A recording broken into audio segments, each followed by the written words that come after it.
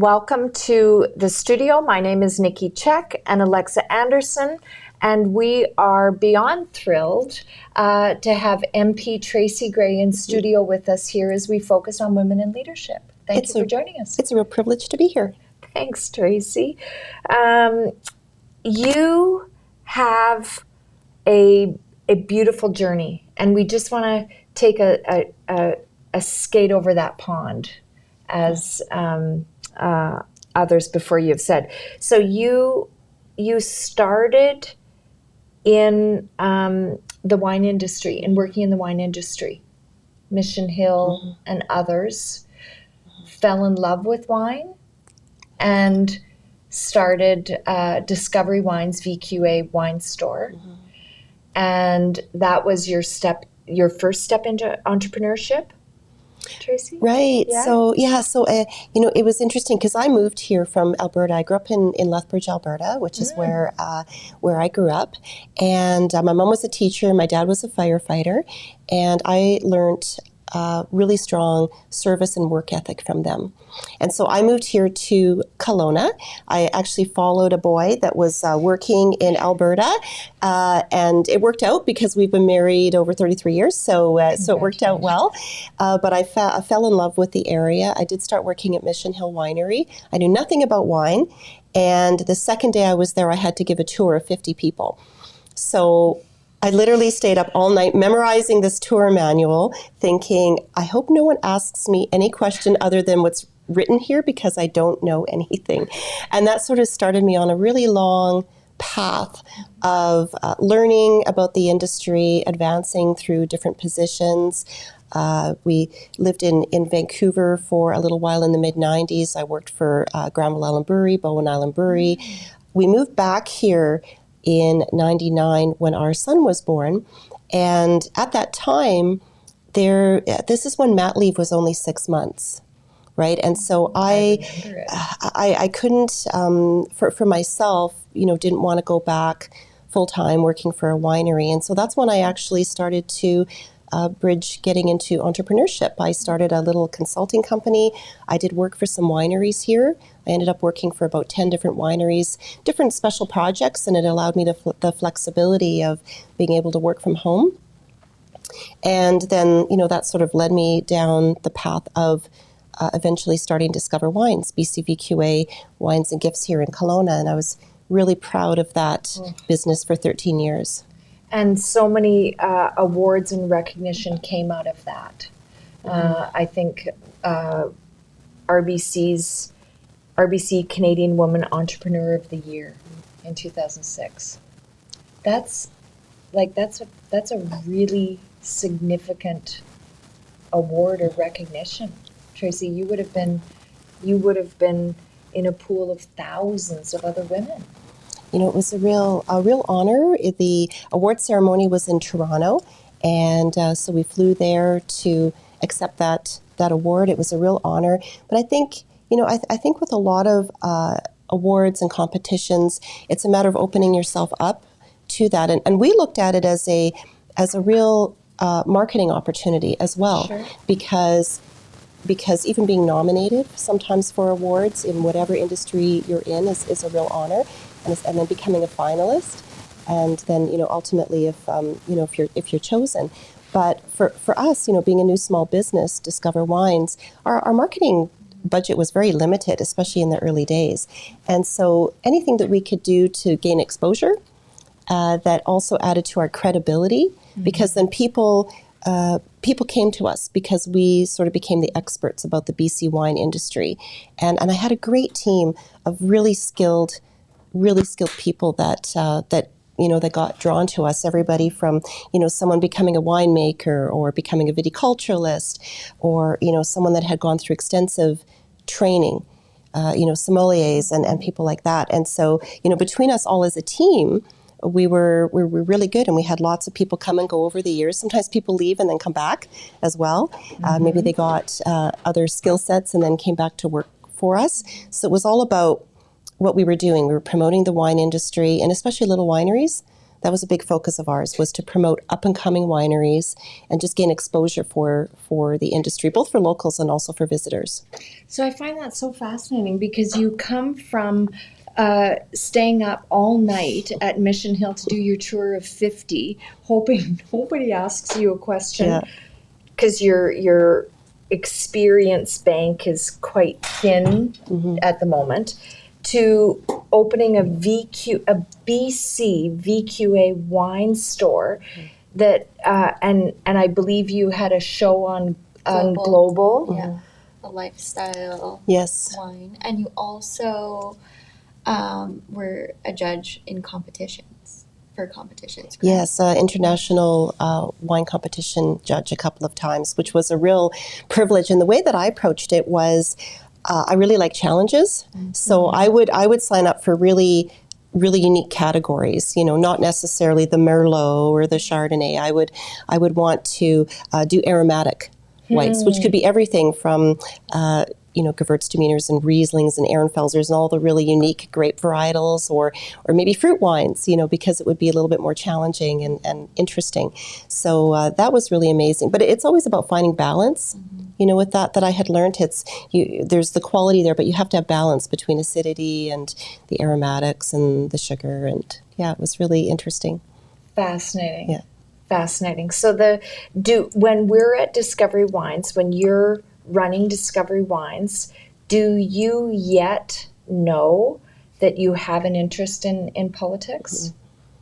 I think at that time, I had my business for a while, and I was out in the community a lot. I really liked giving back. I liked to be involved in different things, and I found that I was meeting a lot of different people, and I ended up, being at places where there was a lot of city councillors, and I was realizing that for my business, for example, that there's a lot that affects a small business in all levels of government.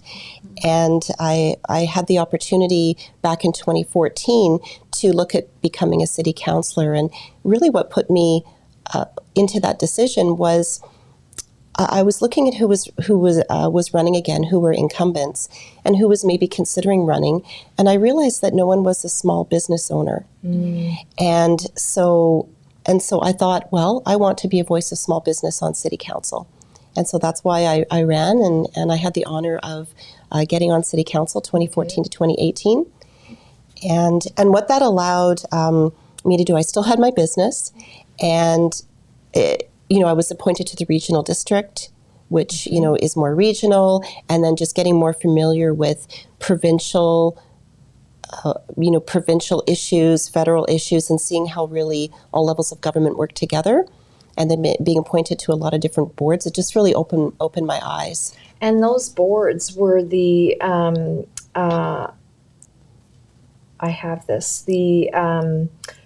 chair of the Okanagan Basin Water Board of Prospera Credit Union. You sat on a Clubhouse Child Care Society, and so many more.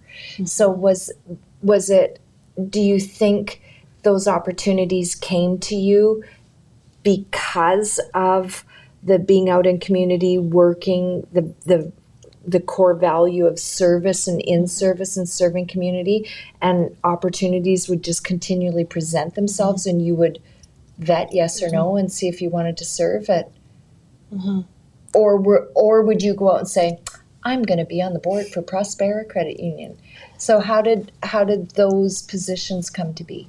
Yeah, that's a great question. So some of those were through my work on City Council, being appointed by either through City Council or through the regional district. So those would be like the Okanagan Basin Water Board, as a trustee on the Central Okanagan Library, the Okanagan Film Commission, the Chamber of Commerce. A lot of those were through that. But I was doing completely separate from my work on City Council. Prospera Credit Union, I sat on the Passenger Transportation Board of BC, which was a tribunal, which was really interesting. I flew to Victoria for that and had to go for training at the Justice Institute in Vancouver, how to write decisions. So I served a term there. But Prospera was really interesting because I met someone that was a customer of mine in Discover Wines. And her and her husband would come through Kelowna to go skiing at Big White. And they were always, coming through and sort of stopping off on their way, to go down Highway 33. And, after a little while, she said to me, have you ever thought of maybe getting on the board of Prospera Credit Union? And I was a client of Prospera Credit Union, my business was. And I was actually looking for other interesting activities to get involved in. And I said, it's something I actually had thought of. And she said, well, we're looking for recruiting potentially people to be on the board, and we need some more business people on the board. Now, there was an election. You have to go through a process. You have to become a nominee and become an election, and so that become elected. So actually, that was one of my first real elections, was on the board of Prospera, which was before I got on city council. But fascinating, because that serves you as you travel through deciding that you wanted to pursue city council, but also serves you in your federal election run. Well, and the great thing with being on a corporate board like that, and I'm a big fan of the credit union system, is there was a lot of training, ongoing training. So they're always doing training on risk management and all kinds of different training that I could actually even use in my small business at the time.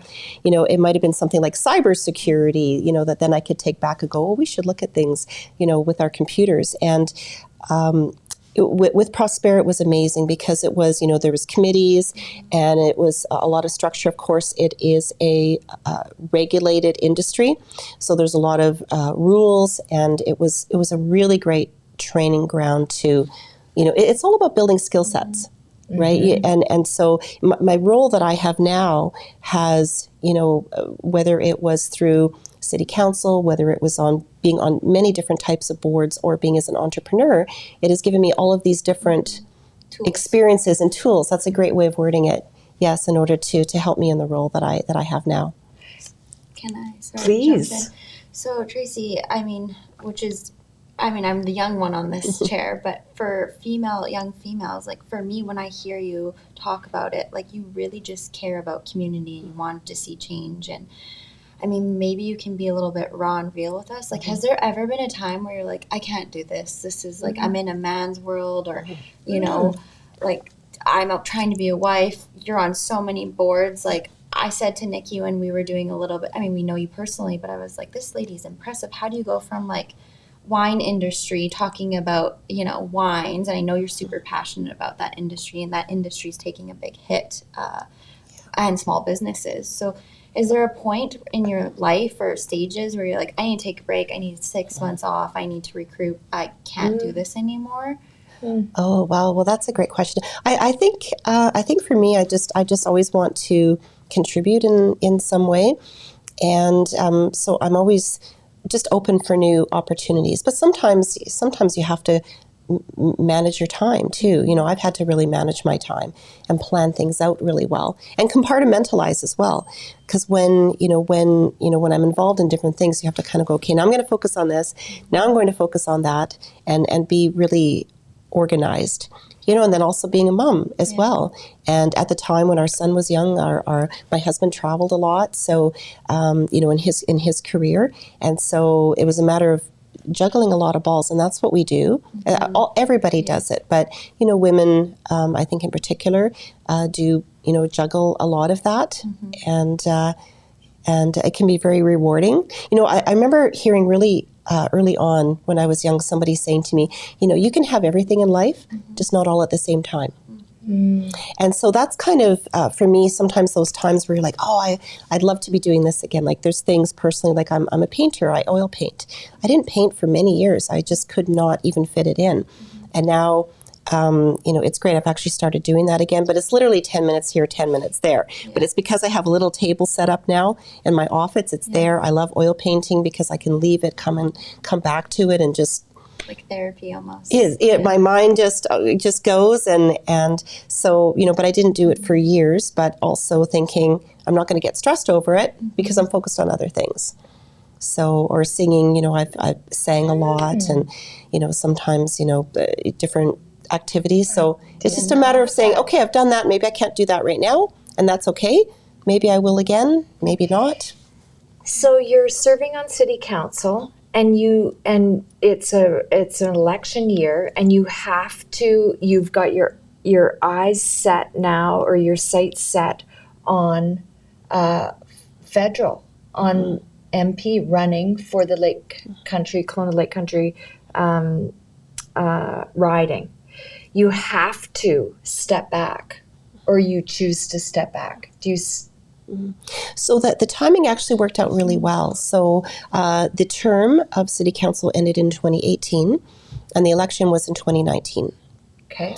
And so the timing for myself actually worked out really well. So I announced that I wasn't going to be running for re-election on city council. I finished my term. By choice, yeah. Okay. And then I started down the path to become the candidate, and then to run in the 2019 election. And it really, some of the original reasons were very similar to why I ran on city council. I actually saw some tax changes that were happening federally that I knew were going to hurt small businesses, and I thought, well, I can either be frustrated or maybe be the one to make a difference. So that was one of the things that prompted me to go to the federal level, and then other things as well, other issues that I thought were really important, like protecting our valley against invasive mussels, which I got introduced to when I was on the Okanagan Basin Water Board, and that's one of those things, like, especially when I talk to kids or young adults, is you don't know what you're going to get passionate about sometimes until you get introduced to it,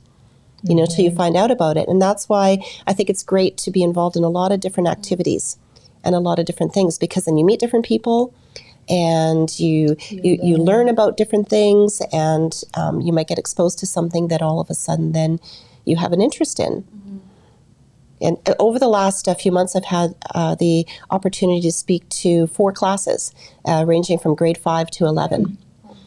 And it was great. They ask amazing questions, actually, and it's been really good. And we talk about, it's nonpartisan. We don't talk about policy or anything like that, but they're just really interested in the role of an MP. What does your day-to-day look like?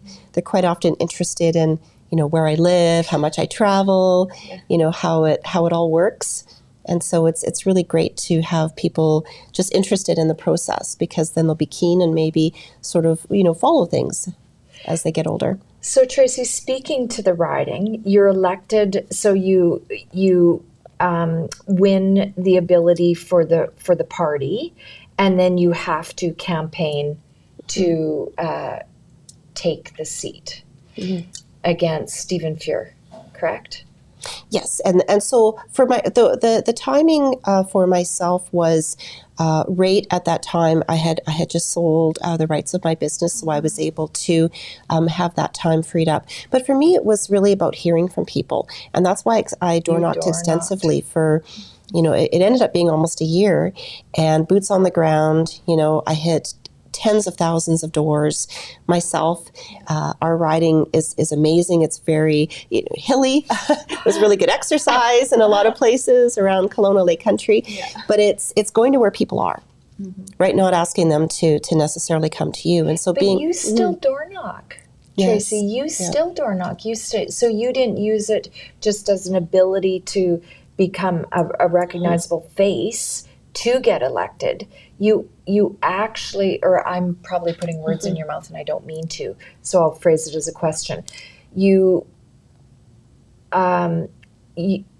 said you're passionate about service, so do you use door knocking then for campaigning and door knocking today to stay connected to community, to stay aware of relevant issues or challenges or topics? Yeah, so the great thing about door knocking is people will be very honest.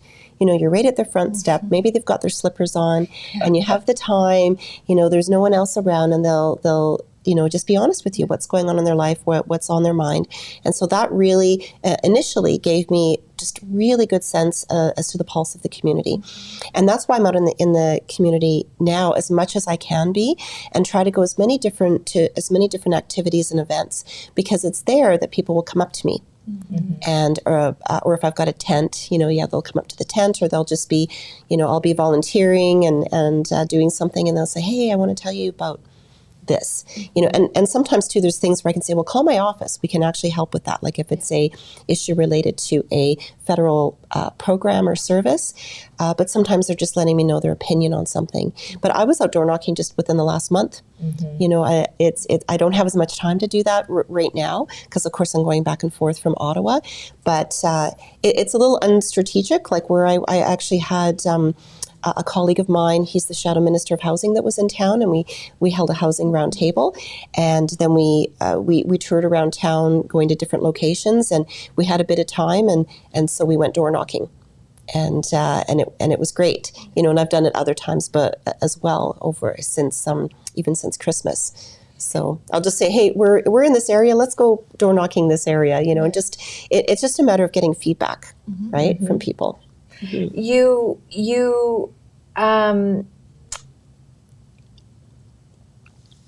have made history in that riding. You are the first woman to hold the Kelowna-Lake Country riding. That's impressive. So you step foot into Parliament as you're beginning this new journey. What's going through your mind? What are you thinking? What are you smelling? What are you seeing? What are you feeling? What was it like?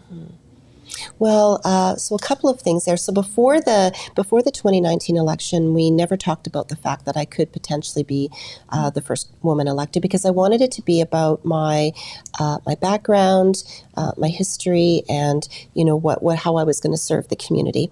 And so once the first time that we mentioned it was actually on election night in 2019, and so it was all about Qualified. Well, and inequality of opportunity, meaning that you're there because you deserve to be there, right?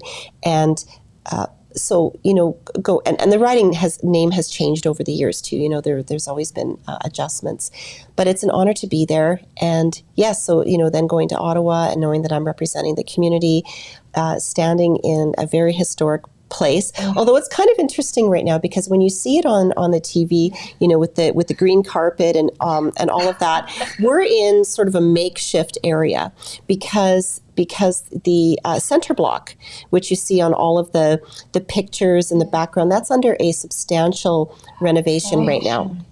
And so we're in what's called West Block. And so what they did was it's smaller, and it's sort of like a square with in the middle of it is a courtyard.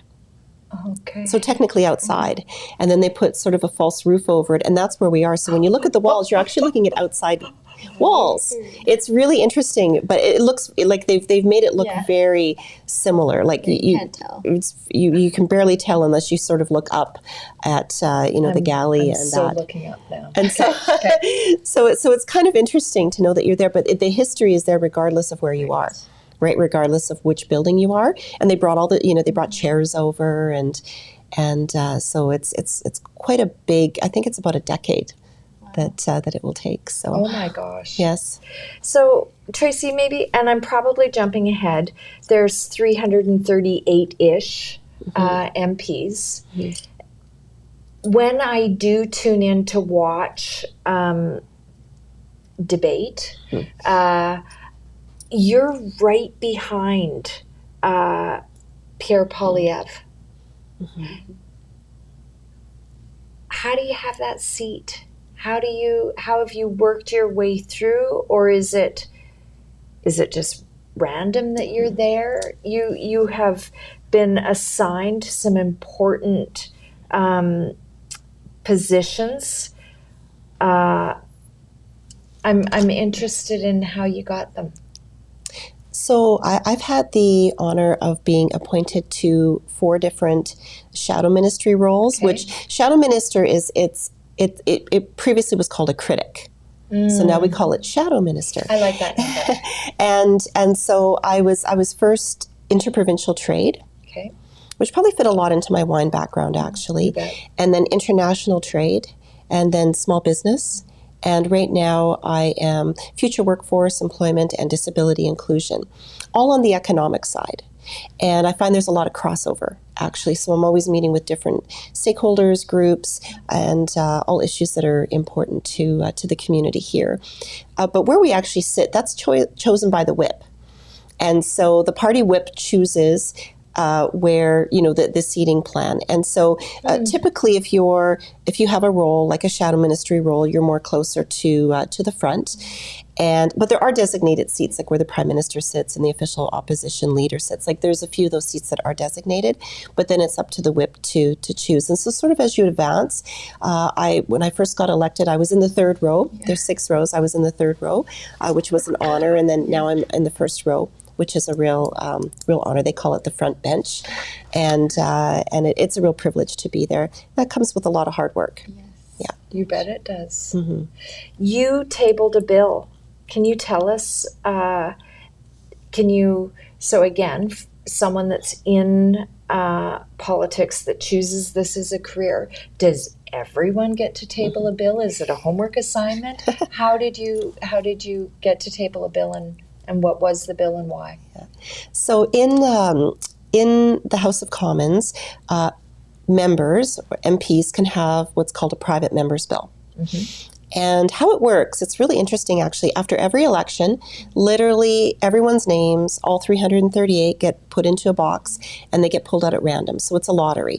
So there have been MPs that have been there a long time and unfortunately never been able to table a private member's bill. So I was really privileged after my second election that my number was actually quite high up. But then they also take out government. Like if you're a minister, there's a number that they take out, and so it sort of compresses the list. But I always knew that I wanted to do something mental health and addiction related, but I didn't know quite what. And so over the course of a couple of years, sort of preparing for this, I did a lot of research with my team and I, because there's a lot that might be provincially. Provincial jurisdiction. So we were looking to see if there was anything with federal jurisdiction. And one of my colleagues, who was a former police officer, was actually working on this private member's bill, but he was really far down in the line. So he was kind enough, Rob Morrison, he's in the Kootenays, to pass it my way. We did a lot more research on it, did lots of stakeholder engagement across the country. And so my private member's bill was called End the Revolving Door Act.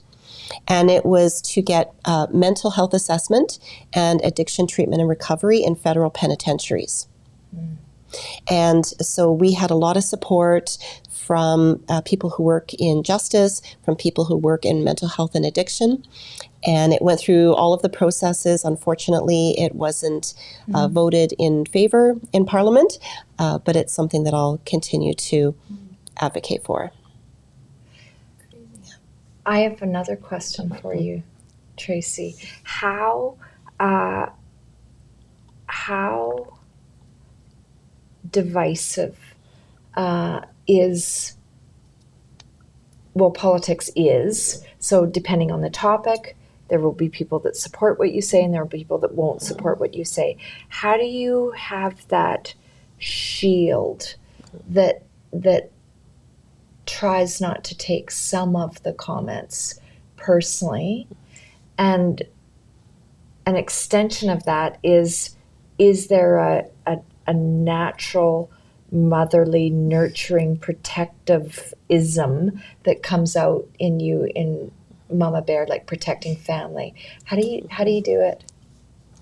Well, I it's been a really tough time for people in the last few years. When I got elected shortly after the pandemic hit, mm-hmm. and when you think of everything that we've been through, and how families have been divided, and how people have lost their businesses, mm-hmm. and they've lost their careers, and now, of course, we're in a time where we've had high inflation, we've got high interest rates, people are literally losing their homes. Food bank usage is the highest ever. So people are really have been through a tough time, and so we have to continually. I know with our team, especially at our community office here, people will call and they'll be really, really upset about things that are going on maybe in their lives, and we try and help them the best that we can. Sometimes it's related to a government program or service that we might be able to look into, and it's a matter of listening and doing what we can, realizing that there are a lot of different opinions about different things. I was in our community office all day yesterday, back-to-back appointments, and every person that came in, half an hour, back-to-back mm-hmm. appointments, had a different topic that they wanted to talk about. So that was important to them. And really different views. You can have one person having an opinion and the next person has the exact opposite opinion. But it's a matter of listening and taking it all in. And, my job is, not everyone will agree with my direction or what I do, but you won't have that with anyone, right? Otherwise, when someone gets elected, they'd have 100% of the vote of their community. But I mean, I look at it as trying to, listen as best I can, and then, when I go to Ottawa, represent the community. But there's a lot of things that people bring forth, too, that we can take direct action on, that maybe somebody brings something forth and I'm like, oh, that's a policy related. Or maybe we can fit that into a future, like a future policy. Or maybe it's a regulation that we can look at doing some advocacy on to change. So I'm always trying to think of how, if there is an opportunity for me to bring this forth in Ottawa. And I want to say too that I really wanted, I made it a goal that when I got there, especially at committees, because you've probably seen committees, or, you'll see those little snippets online, to bring more voices from the community there. I've had many people from the community testify at committees, and also people from across BC, because you'll get a lot of the Ottawa lobbyists, like the national groups, and, but I've really tried to be more boots on the ground and get the local voices. Even if you've got, say, a company that might be part of a national group, their objectives might be a bit different, and what's important to them might be a bit different. So I've had many not-for-profits and different groups testify at committees to bring those voices right there on record. And that ticks off what you wanted to achieve, making sure that we have voice there. And thank you very much for that, Tracy. I think the last question that I have is, I do believe that there are a lot of people in community, especially certainly within this region, that stand on the sidelines and they want to have impact and they want to make a difference. And maybe it is political and maybe it isn't. What advice would you have? I think, whatever you're interested in, just, get involved, which might be volunteering. Volunteering is really important. And I tell newcomers this as well.